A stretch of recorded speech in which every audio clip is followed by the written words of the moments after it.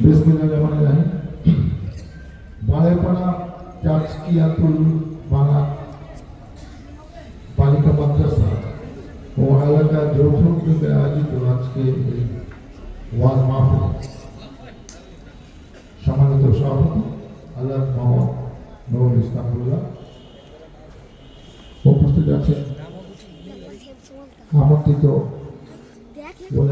ভাইয়েরা, রাজনৈতিক দলের নেতৃবৃন্দ, এলাকার মুরব্বিয়ান, মুসল্লি ভাইয়েরা এবং যে সকল মা বোনেরা বাড়িতে বসে পড়তে হলে আমার এই বক্তব্য শুনছেন, আসসালামু আলাইকুম। ধর্মীয় অনুষ্ঠানে কিছু রেওয়াজ আছে, এটা আমরা আগেও জানতাম। যারা অনেক বছর পরে আমাদেরকে আজকে দেখছে, তা আমাদের সেই ধরনের অভ্যাসগুলো হয়তো ভুলে গেছে। প্রথম হলো, কোন একটা বক্তা বক্তব্য দিচ্ছে, যাদেরকে আমন্ত্রণ জানানো হয়েছে, একটা প্রধান বক্তা থাকে, তৃতীয় বক্তা, দ্বিতীয় বক্তা, আরো কিছু গুরুত্বপূর্ণ বক্তা থাকে।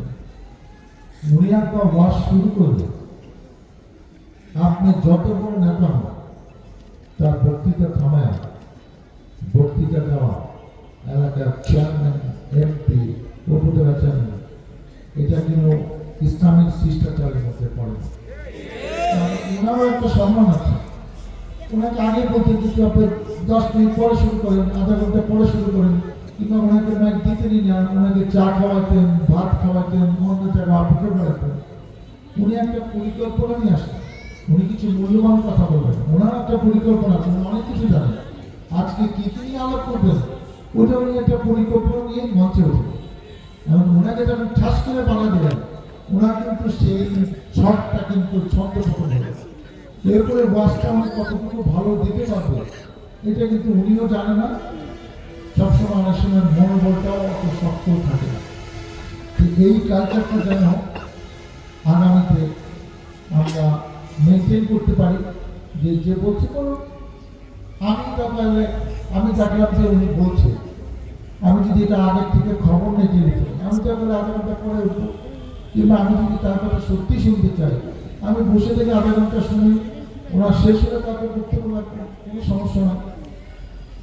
দ্বিতীয় হলো, আমি দেখেছি, শুনেছি যে হর্ন হয়ে 50-60 জমি আসবে, আবার একদম ঝড়ের বেগে এসে ঝড়ের বেগে চলে যাবে।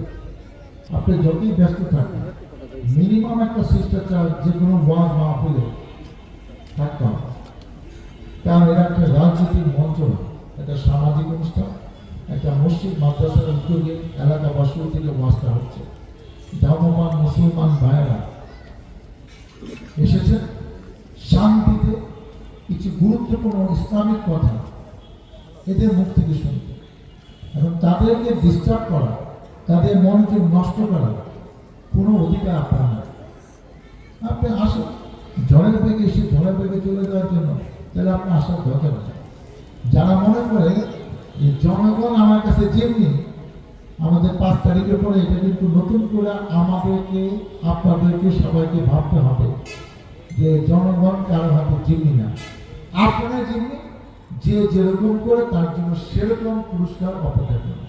আমরা 5 তারিখে শিক্ষা পেয়েছি। আর একটা হলো, যেটা আমি করলাম, যে এখানে দাঁড়িয়ে থাকা যাবে না, একটা সুন্দর ব্যানার আছে, কেউ ছবি তুললো, ব্যানার সহ ছবিটা সুন্দর আসে, তার কথা শুনতে ভালো লাগে। এখন আপনি আমার দিকে তাকে আমার কথা শুনবেন, দেখবেন না, এখানে যত লোক আছে তাদের দিকে তাকাবেন, সে কি করতেছে, একটু মোবাইলে কথা করতেছে, নড়াচড়া করতেছে, এটা তো মানে অ্যাট্রাকশন, মনোযোগ নষ্ট করে দেখেন। আপনি যাই করেন, আপনি 2-4 মিনিট পরিচয় করে দিতে পারেন, ব্যাচ পড়াতে পারেন, একবার পরিচয় করে দিবেন, আবার ব্যাচ পড়াই দিবেন, এই সময় গুলা নষ্ট করেন। আমরা যেটুকু আসছি, এটার জন্য যে আমার বলা উচিত, আমি দুঃখ প্রকাশ করছি যে আপনাকে এই যে আওয়াজে আমি একটু ব্যাঘাত ঘটালাম। এলাকার নেতা হিসেবে সবাই আমন্ত্রণ করেছে, আমি 2-4 কথা বলবো, কিন্তু সেই জন্য আমি অনেক সময় নিয়ে নিব, অপ্রয়োজনীয় সময় আমি নষ্ট করবো, এটা দরকার নেই। আমি কি করছি, সবাই কিন্তু ট্রাই করছে, সবাই আমার দিকে তাকিয়ে আছে, মঞ্চের দিকে তাকিয়ে আছে। সবার মনোযোগ নষ্ট করা আমাদের দায়িত্বের মধ্যে পড়ে না। এই জিনিসগুলো এখন থেকে আমরা সবার জন্য লক্ষ্য রাখি। এবং আমি যেটা করি আমার নেতৃত্ব করা এই ইউনিয়নের ক্ষেত্রে এলাকার ক্ষেত্রে এটা যেন তারাও একটু মেনটেন করে, যে তাদের নেতা এগুলা পছন্দ করে না, এটা চর্চা আমরা এখন থেকে এটা করব। আমরা দেশ নতুনভাবে গণতন্ত্র নতুনভাবে স্বাধীন হয়েছে, নতুন একটা বাংলাদেশকে আমরা পেয়েছি বলে মনে করি যে নতুন কিছু করতে হবে, যেটা মানুষের কল্যাণ, যেটা মানুষের শিক্ষা, যেটা শিষ্টাচার ভদ্রতা, সেটা আমরা করতে পারবো। আজকে আমি যা বলছি সুন্দর সুন্দর কথা, এটা ভবিষ্যতে বলবো না করবো না এরকম ভাবার কোনো কারণ নেই। যারা সত্যিকারের জনগণের ভোটে জনপ্রতিনিধি হয় তাদের দায়িত্ব আছে, যারা ভোটে হয় না তাদের কোনো দায়িত্ব নেই। সেগুলো জনগণ ভোট দেবেন, আমি যা বলবো তাই হবে, আমার কথাই সব। কিন্তু আমি জানি আমার কথা সব নয়, আমাকে ভোটে পাস করতে হবে। এইবার পাস করছি, আবারও জনপ্রিয়তা মানে ভোটে পাস করে। সেটা যা ভয় থাকে যে না তা ভোটে পাস করে সে যা ইচ্ছা তাই করে, আমি তো বিশ্বাস করি এটা হইতে পারে। আপনারা জানেন যে ওয়াজ মাহফিলগুলা এই কারণে আয়োজন করা হয় যে এটা একটি ইসলামিক জলসা। এখানে যারা ওয়াজ করে তারা জীবনে অনেক জায়গায় ওয়াজ করেছেন, অনেক কিছু জানেন, তাদেরও শিক্ষক আছেন যাদের কাছ থেকে সে অনেক কিছু শিখেছে। সেই ইসলামের ইতিহাস, মুসলমানের ইতিহাস, আজকে আমাদের এই 5টি স্তম্ভ আমরা যেটা নিয়ে গল্প করি, নিয়ে চলি, এবার নামাজ পড়া, হজ জাকাত, ওয়াক্তে নামাজ ওয়াক্তে পড়া দরকার, কি করলে আমরা বেশি বেশি সওয়াবে ভাগিদার হব, প্রতিবেশী প্রতি দায়িত্ব কি, মা বাবার প্রতি কর্তব্য কি, এরকম অনেক কিছু, সামাজিক দায়িত্ব কি, এইসব কথা আমাদের মুখ থেকে বললে তো আপনারা গুরুত্ব দিবেন না। এখানে যারা ওয়াজ করেন তাদের মুখ থেকে এগুলো শুনলে আপনারা গুরুত্ব দেন, এবং আমরা কিন্তু আমাদের নিজেদের ভুলগুলো বুঝতে পারি এবং বুঝে অনেকে কিন্তু নিজে নিজে নিয়ম করে যায় যে আগামীকাল থেকে আমরা নিজের কাজ নিজের ভুল আর করবো না, মানুষকে আর কষ্ট দিব না, কাউকে ঠকাবো না, আমি যে একটা অন্যায় করেছি তার কাছে গিয়ে মাপ চাবো, আমরা হয়তো স্বীকার করি না, কিন্তু নিজের ভুলটা আমরা বুঝতে পারি। এবং দেখবেন ওয়ার্ডের শেষে একটা দোয়া হয়, সেই দোয়াটা মূল লক্ষ্য হলো যে আপনার আপনার ভুল ভ্রান্তির জন্য মহান আল্লাহ তাআলার কাছে কান্নাকাটি করেন, কারণ একজন মুসলমান তার ভুল ভ্রান্তির জন্য আল্লাহর কাছে কান্নাকাটি করবে, আর যার কাছে ভুল করেছে তার কাছে মাপ চাবে, মাঝামাঝি কোনো ব্যাপার নেই। এবং সেই শিক্ষাটা আমরা ওয়াজ মাহফিল দিতে পারি। আর দ্বিতীয় একটা কারণ হলো এই ওয়াজ মাহফিল উসিলায় কিছু টাকা পয়সা সংগ্রহিত হয়, অনেক দানশীল ব্যক্তি এমনি টাকা তাদের দেয় না, ওয়াজ মাহফিলের টাকা কিছু চায়, কারণ ওই যে অনেক ইসলামের কথাবার্তা শুনে মনটার দিকটা একটু নরম হয়, তখন কিছু টাকা তার দিতে ইচ্ছা করে, আবার কিছু টাকা নামের জন্য দেয় যে ঠিক আছে আমার নামটা প্রচার হবে, আমার নামটা জানবো, হুজুর আমার জন্য দোয়া করবে, এইসব কারণও হয়। মূলত এই দুইটা কারণে কিন্তু ওয়াজ মাহফিল হয়, কিন্তু বিগত সময় কিন্তু অনেক জায়গায় ওয়াজ মাহফিলগুলো হয় না। আজকে মিজানুর রহমান আজহারী অনেক জায়গায় ওয়াজ করতে পারে না, তারেক মনোয়ার মাওলানা ওনাকে ওয়াজ করতে অনেক জায়গায় দেওয়া হয় না। এই যে গতকাল একটা ওয়াজ মাহফিল হয়েছে, আমি হামদা, ওনাকে 3 বছর জেলে আটকে রেখেছিল, আরও অনেকের নাম হয়েছে। কিন্তু সেই 90% ওপর লোক মুসলমান, সেই মুসলমান দেশে ওয়াজ হবে না তো কি হবে, আমি এটা বুঝি না। আমি আমার একজন পরিচিত জনকে জিজ্ঞেস করছিলাম যে ভাই আপনার ওয়াজ মাহফিলের উপর করছেন কেন, মুসলমানদের ওয়াজ মাহফিল একটা পবিত্র কর্ম, তো সেটা আপনি করতে দেবেন না? ভাই এখানে যেসব কথাবার্তা করে মনে হয় কথাগুলো আমাকে গায়ে লাগে, মনে হয় আমি বিরুদ্ধে করতে, আপনি যদি এটা মনে করেন তো কাজ করেন কেন, এটা করেন না, এগুলার উত্তর তারা দিতে পারে, আর উত্তর দেওয়ার কারণে সময় শেষ পর্যন্ত পায় না। আপনি দেখেন যে এই ওয়াজ মাহফিল এত হচ্ছে, আমি নিশ্চিত আজকে আমার ঢাকা 19 সাভার আসনের নির্বাচন এলাকা কমপক্ষে 7-8টা ওয়াজ হচ্ছে, এবং আমি প্রায় 2 মাস ধরে, ধরেন আমি তো আমার কাছে হিসাব নাই, কিন্তু আমি নিশ্চিত এটা আমার 50তম 52তম ওয়াজ এই 2 মাসের মধ্যে।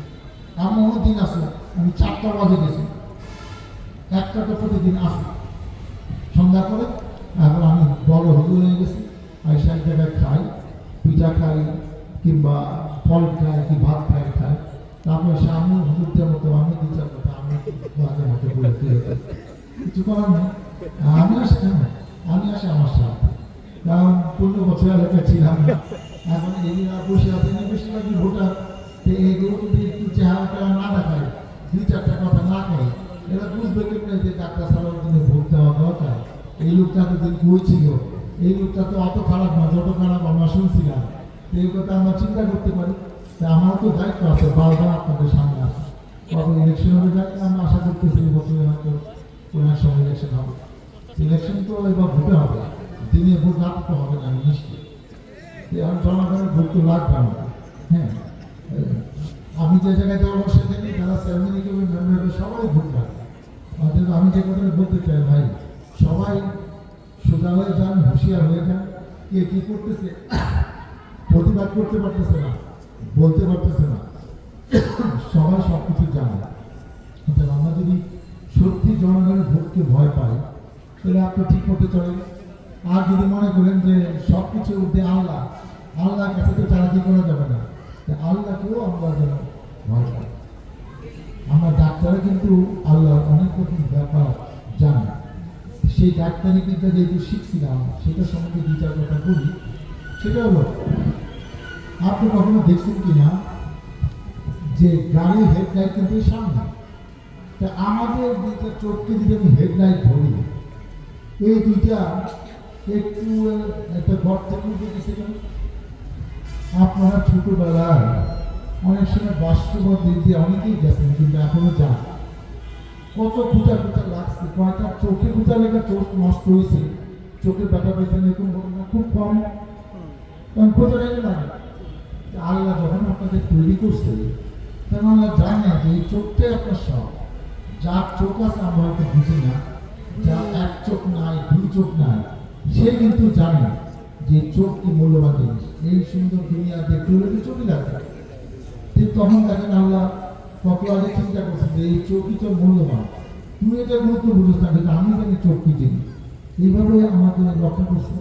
আজকে ইয়াং ছেলে পেলে এই মোবাইলে ছবি তোলে, যে মোবাইলটা একটু দাম বেশি, ওই মোবাইলের ক্যামেরাটাও কিন্তু একটু ভালো ক্যামেরা, ছবিগুলো স্পষ্ট। আর ওই মোবাইলের ক্যামেরা ওই উজ্জ্বলা যেরকম আছে না, 2 কেজি 5 কেজি, আর ওই ক্যামেরা ছবি ইউনিট হলো মেগাপিক্সেল, এমপি বলে। অনেকে 100 আছে, 50 আছে, 60 আছে। পিছনে একরকম, অনেকে আমরা সেলফি তুলে, সেলফি মানে ফ্রন্ট, আর পিছনে হলো rear camera, back camera. Back ক্যামেরাটা বেশি থাকে 100, এখানে 200 দিয়ে একটা মোবাইল থাকতে পারে, যে মোবাইলগুলোর দাম 80,000, 70,000, 1,00,000 টাকা। আমাদের চোখ 746 মেগাপিক্সেল। এখন আপনি দেখেন ও দূরে মানুষ যাচ্ছে, সে মাথায় হাত দিচ্ছে, গাড়ি যাচ্ছে, আমি সব দেখতে পাচ্ছি। ক্যামেরা কিন্তু এত বেশি ধরতে পারবো না। আল্লাহ যখন চোখ বানাইছে সব কিছু দিয়েই বানাইছে। চোখটা রক্ষা করতে হবে, এবং এই চোখটা এত মূল্যবান, প্রত্যেক জিনিস একদম আপনার অন্তরটা আমি দেখতে পারি না, কিন্তু আমি বাকি সবই দেখতেছি। কার মাথায় টুপি আছে, কার মাথায় টুপি নাই, কে মনোযোগ আছে, সে গিয়ে মোবাইল আছে দিচ্ছে, আমি তাকে দেখতে পাচ্ছি। আল্লাহ যেটা কারিগর, আপনি যে চিন্তা করেন যে আমি পৃথিবীতে আসছি, আপনি কে এটা একজন বানাইছে, টেবিল একজন বানাইছে, মালা একজন যাচ্ছে, তা আমার কে বানাইছে? আল্লাহ কে বানাইছে। ছোট্ট একটা মানুষ দুনিয়াতে আসে, আস্তে আস্তে হাত পা বড় হচ্ছে, সব বড় হচ্ছে। এটা তো এই কারিগর তো আল্লাহ। আপনি দেখেন, আপনি কম্পিউটার মেসেজ দিবেন, তারপর কম্পিউটারে লেখা উঠবে, কমান্ড দিবেন। আমি কথা বলতেছি, হাত নাড়তেছি, তাকে দেখতেছি, আমার ব্রেনে কাজ করতেছে, এরপরে কোন কথাটা বলবো সেটাও আমি চিন্তা করতেছি। 20টা 30টা 50টা কম্পিউটার আমার সাথে পারবে না, আমার মাথাটা এরকম। আল্লাহ এরকম ভাবে তৈরি করছে। এবং আর একটা জিনিস বলি যে দেখেন, এই যে আমরা ছোটবেলা জানতাম যে বিয়ে পাশ করলে কোথাও টিপসই দিতে হবে না। বিএনপি আমাদের কিছু জমি জমা আছে, 2বার জমি পেয়েছে, ইলেকশন করছে। ওই সাবলিস্টার বিষয়ে একটু হওয়া পরে ধরুন দেখছি সাইন করতে গেছি, সাবলিস্টার সাহেব বলতেছে স্যার আপনার টিপসই দিতে হবে না। তা আমি মনে করলাম যে আমি এমপি দেখা আমাকে সম্মান করে আসে টিপসই দিল। তারপরে খবর নিচ্ছি যে না সাব ডিস্ট্রিক্ট অফিসারে আসলে ঠিক সেই করা এটা দায়িত্ব, এটা করা উচিত, করতে হবে। কিন্তু অনেক সময় সম্মানের লোককে সম্মান না করলে তার গদিও থাকে না, তার কোনো চাকরিও করতে পারে না। চেয়ারম্যান বলে এটা ভালো, সেই জন্য সে তাকে মাফ করে দেয় যে ঠিক আছে আপনার লাগবে না। একটা বই আছে, বইয়ের মধ্যে সে সাইন করে টিপসই দিতে হয়। এইটার গুরুত্ব এই কারণে, স্বাক্ষর জাল হয়। আমার স্বাক্ষর একজন জাল করলো, সেটা কোর্টে প্রমাণ করা খুবই কঠিন, অনেক সময় প্রমাণ করাও যায় না। কিন্তু এই 800 কোটি মানুষের পৃথিবীতে প্রায় 200 কোটি মুসলমান, আমি দায়িত্ব নিয়ে বলতে পারি এখানে লক্ষ লক্ষ কোটি কোটি জায়গা আছে গার্জিয়া দেখে একজনের টিপসইয়ের সাথে আরেকজনের টিপসইয়ের কোনো মিল নাই। আজকে এই যে ভোটার আইডি টাইডি আপনি টিপসই দিলে বলে যে আপনি ঠিক আছে জানেন, কিন্তু মোবাইল নাম্বার বলেন, ভোটার আইডি সব টিপসই দিয়ে কিন্তু আপনি পাইবেন। এবং ওখানে বলা আছে কোথাও কোথাও 50%, কোথাও কোথাও 70% মিললে আপনার নামও জিজ্ঞেস করবেন, বলছে আপনার আগে নিচ্ছে যে আপনার কার্ড আপনি নিয়ে যান। আল্লাহ যে কত বড় কারিগর, তার এই জিনিস থেকে আপনি বুঝেন। আর সেই আল্লাহকে আমরা যদি ভয় না করি, আমরা যদি বিপদের সময় আল্লাহ বুঝি যে এরা যখন পরে আছে, এখন আল্লাহ ডাকতেছে, হয়তো তাহাজ্জুদের নামাজও পড়তেছে, একবারে নামাজ পড়ে ঘুমায়, তা আপনি 15 বছর অন্যায় করে আকাম করে এখন আপনি 6 মাস নামাজ পড়লে আল্লাহ সব ভুলে দেবেন, সেটাই ভাবতেছেন। কিন্তু আপনার মনে রাখতে হবে, কিন্তু আগের থেকে যদি আল্লাহ ডাকতেন যে আল্লাহকে এটা পছন্দ করেন, এটা আল্লাহ নারাজ হচ্ছে, এটা আল্লাহকে কষ্ট দেওয়া হচ্ছে, তাহলে তো অনেক কিছু আপনি করতেন না। আমি শেষ একটা ব্যক্তি উদাহরণ দিয়ে বলবো, তারা অনেক ইয়াং পোলাপনকে দেখে আমার একটু বলতে ইচ্ছা করে, অনেকে তো আমার নামটা শুনছে, ঠিক আছে। আমি মির্জাপুর ক্যাডেট কলেজ থেকে 80 সালে ইন্টারমিডিয়েট পাস করছি। 87 সালে আমি মেডিকেল দিয়ে MBBS, bachelor of medicine, bachelor of surgery, যেটা ডাক্তারি বিদ্যার ন্যূনতম ডিগ্রি বাংলাদেশে, সেটা পাস করছি। কয়েক বছর পিডিতে ট্রেনিং করে 10ম বিসিএস পাস করে আমার প্রথম পোস্টিং ছিল কিশোরগঞ্জ ইটনাথে। ওখানে 2 বছর চাকরি করে আমি সাবা হেলথ কমপ্লেক্সে মেডিকেল সার্ভিসে আসি। সেখানে এসে মাথায় পলিটিক্স ঢুকে গেল। এলাকার লোক কয় বাবা এমপি ছিল, তুমিও হলো। আমার বাবা 1943 থেকে 88 সাল 45 বছর আশুলিয়া, এবং পরবর্তীতে স্বাধীনতা করে আশুলিয়া ভাগ হইয়া প্রভাব একদম এক টানা 9 বার চেয়ারম্যান ছিলেন 45 বছর। তারপরে 1980 সালে এই ধানেশিস মার্কেটের সাভার এলাকা এমপি ছিলেন, যখন কাশীপুর কোনাবাড়ি সাভারের সাথে ছিল। আমিনবাজি, ভাকুরতা, তেঁতুল জেলা, এটা অন্য নির্বাচনে আলাদা চলে গেছে, এটাও এই সাভার থানার সাথে ছিল। তারপরে 90 সালে মারা গেছে। 91 সালে নিয়ামতুল্লাহ সাবু নামে একজন বিএনপি এমপি হন। 96 সালে আমি প্রথমবার, এবং 2001 সালে অক্টোবর মাসে আমি আবার দ্বিতীয়বার। এই 10 বছরের এলাকার সংসদ সদস্য ছিলাম। আমার ছোট ভাই দেওয়ান মোহাম্মদ মইনুদ্দিন বিপ্লব ইয়ারপুরে 2 বার চেয়ারম্যান ছিল, একবার ভাইস চেয়ারম্যান ছিল। আমার বড় বোন মিনাপা, যিনি মারা গেছেন 2011 সালে ক্যান্সারে, তার হাজবেন্ড হুমায়ুন ভাই আশুলিয়া ইউনিয়নে 1984 থেকে 2011 27 বছর একটানা চেয়ারম্যান ছিল। আমি মাত্র 3 বার জেলে গেছি, এখনো আমার নামে 53টি মামলা।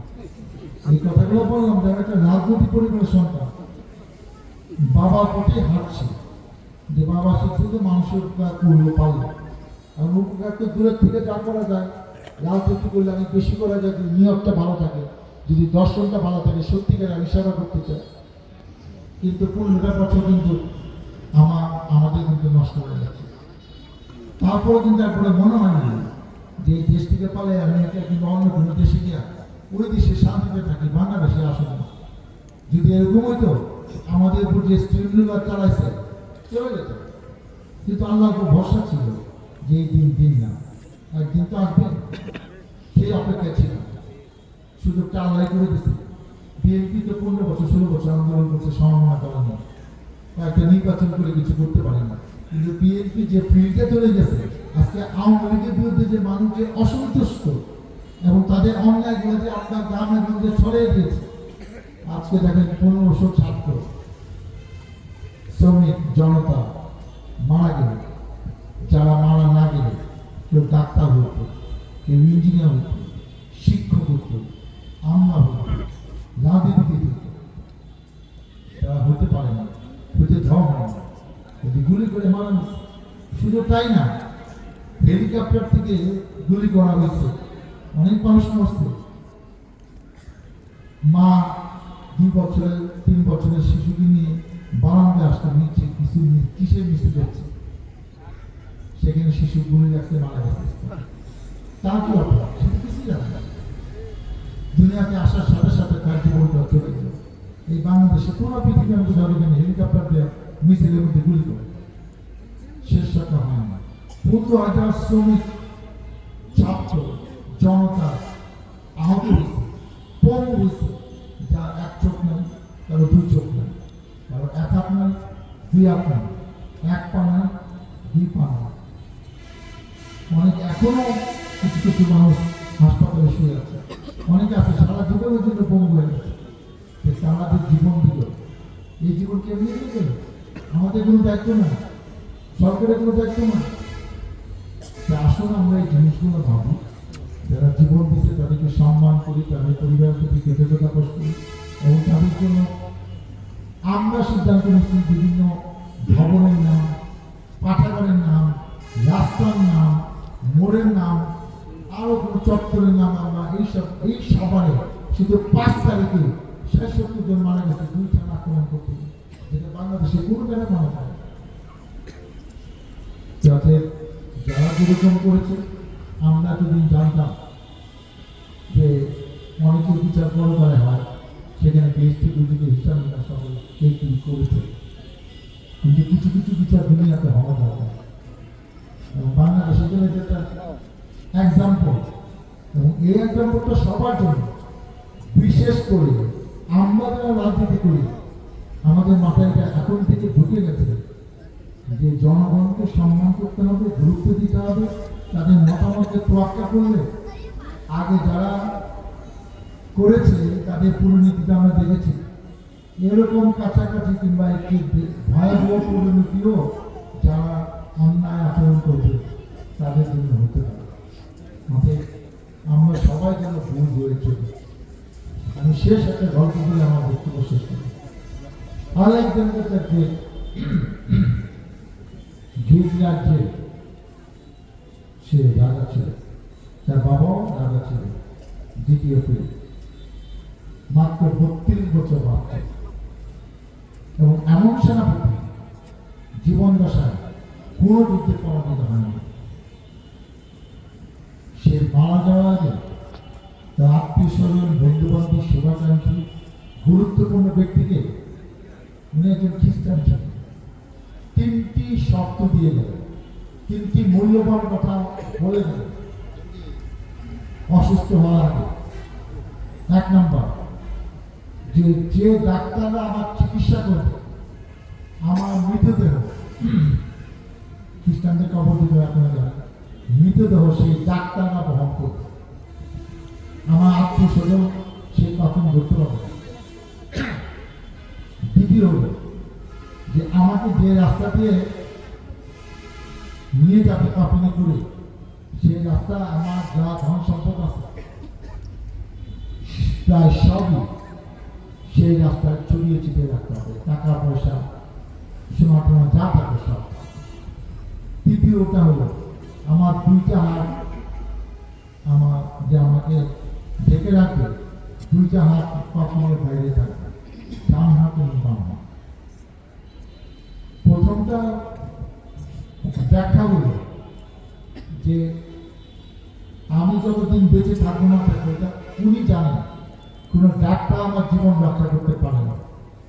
আজকে আমরা হাসপাতালে যাই চিকিৎসা নিয়ে, কিন্তু আমার জীবনটা কিন্তু হায়াত অনুযায়ী আল্লাহ রক্ষা করছে, ডাক্তার একটা উচিলা, এটা যেন আমরা ভুলে না। দ্বিতীয়, আমি যা কামাইছি এটা তো আমি কবরে নিয়ে যেতে পারবো, আমি সব কবরে চলে যাই, গরিবদের জন্য আমি সব দিয়ে গেলাম, যে আমরা ওইটা দাপন হওয়ার পরে সবাই যেন গরিব নিয়ে যায়, আমার ধন সম্পত্তির দরকার নেই। তৃতীয়টা হলো, আমি দুনিয়াতে খালি হাতে আসছি, আমার হাতে কিচ্ছু ছিল, আমরা দুনিয়াতে যারা আসি সবাই খালি হাতে আসি। আমি যাওয়ার সময় সবাইকে জানিয়ে গেলাম আমার হাত শূন্য, আমি কবরে কিচ্ছু নিয়ে যেতে পারতেছি না, আমার হাতে কিচ্ছু নেই। এই জিনিসগুলো যদি আমরা মনে রাখি, সে একজন খ্রিস্টান কিন্তু ইসলামিক আদরে যে কথাগুলো বলে গেছে, এটা আমাদের জন্য শিক্ষণীয়। আমরা আল্লাহকে ভয় করি এবং আমরা যা অর্জন করতেছি আল্লাহ ওসিলায়, অন্যায় করে কোনো কিছু অর্জন করলে সেই অর্জন করতে পারে না। পরিশেষে আপনারা আমার জন্য দোয়া করেন, যেন আব্বা যে পথে হেঁটেছে, 2 দিবই এলাকার সংসদ সদস্য ছিলাম, নেতা ছিলাম, সিঙ্গা আমার একটা প্রিয় হইল, এলাকায় অনেক আসছে আনার থেকে আনাচ্ছে, বড়ই পড়া একটা ঐতিহ্যবাহী গ্রাম, এখানেও আমি অনেক এসছি। আমাদের একদম শেষ গ্রাম আশুলিয়া থানা, সাভার উপজেলা, এরপর থেকে অন্য জেলা শুরু হয়েছে। আজকে অনেক মানুষকে দেখি অনেক দিন পরে ইচ্ছা করে অনেক কথা বলে, মানে আরো বলতে ইচ্ছা করতেছে, কিন্তু বলে যে উনি কি এইসব বলতে আসছে নাকি, আমার হুজুরে কিছু বলতে আর একদিন বলবো, সব কথা একদিন বলবো, তো আমার গুরুত্ব অর্জন হবে, আরেকদিন আপনার সে কি বলে, আজকে কি বলবো এই আশায় থাকে। আপনি আমার জন্য দোয়া করেন, অতীতে যদি কোনো ভুল ভ্রান্তি করে থাকি আমাকে ক্ষমা সুন্দর দৃষ্টিতে দেখবেন। আগামীতে আপনাদের সাথে নিয়ে, আপনাদের পাশে নিয়ে এলাকার উন্নয়ন এবং আপনাদের সেবা যেন করতে পারি, মহান আল্লাহ তাআলা আমাদের জন্য সেই করতে পারে। আর আমি ব্যক্তিগতভাবে 25,000 টাকা এই মাদ্রাসার জন্য আজকে দিয়ে যাচ্ছি, আমার জন্য এবং আমার বাবার জন্য। আপনারা দোয়া করবেন। আসসালামু আলাইকুম।